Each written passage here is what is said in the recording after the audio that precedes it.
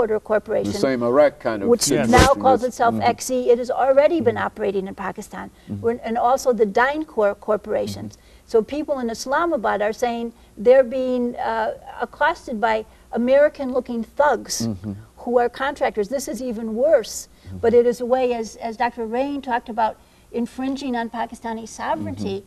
Having contractors and having drones is, you're not fooling the Pakistanis. These are ways of getting around Pakistan's sovereignty, and it creates even more anger than forthright military incursions. Well, Dr. Rain, do you think that perhaps this point of view that we ought not to increase our military aid and military presence in these two countries, do you think that that point of view is getting through to decision makers in Washington, D.C.? I mean, the things that the two of you are saying seems to make sense to me, but are the people who make decisions in Washington, D.C., do you think that this point of view is there as well? I hope it goes through to the policymakers, but at this time, the way they are conducting it doesn't seem like that the point is getting across.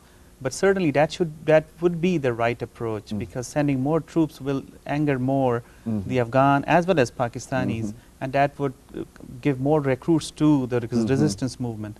I think the best approach at this time, in my opinion, would be to withdraw.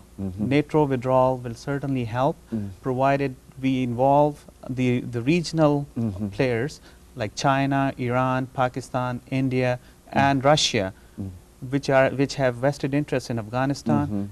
Get them on a table, negotiations, make sure we guarantee the rights of Afghan for next 10 years, 15 years.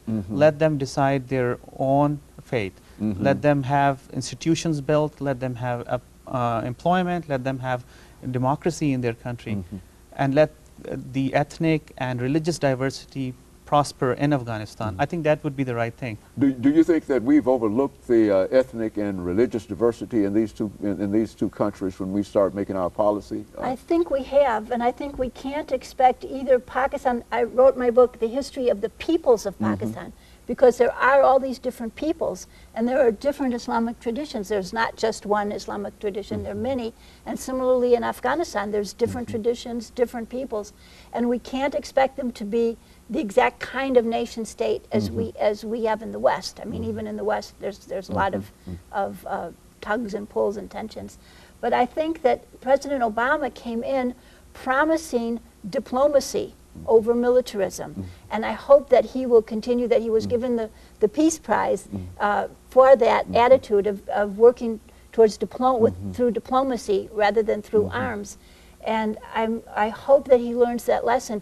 They always say, when they're pursuing military ends, that of course we'll also have aid, we'll also have diplomacy, we'll also have development, but those things always get left by the roadside, and they become just lip service. They get destroyed by so the we war need itself. to really turn this inside out and put diplomacy in the lead, development in the lead, because it's prosperity and stability that will end terrorism. It's not bombs. And a lot of folks are simply unemployed. Young people just don't have any jobs. They don't. Education is needed. All of the money that we're putting on drones and tanks and etc. That could be very, very helpful in terms of creating a different kind of situation that would allow us, give us some kind of justification for being able to withdraw. Is that what the two of you are saying? Education. When people are educated, when they have employment, they won't have enough time to go with these extremists. Then this religious extremism will die out. That would be the right way to do. We've got about a minute here before the end. Well, I just think it's been 8 years now, and what we've been doing has gotten us deeper into a quagmire. So we need to learn the lessons of Afghanistan and the lessons of Vietnam.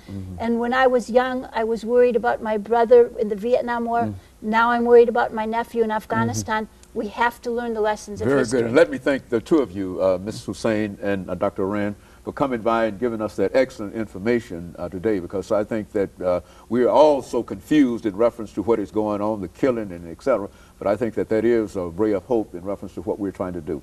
And let me encourage our audience to tune in again next week for another informative edition of Comments. Thank you and goodbye. Thank you.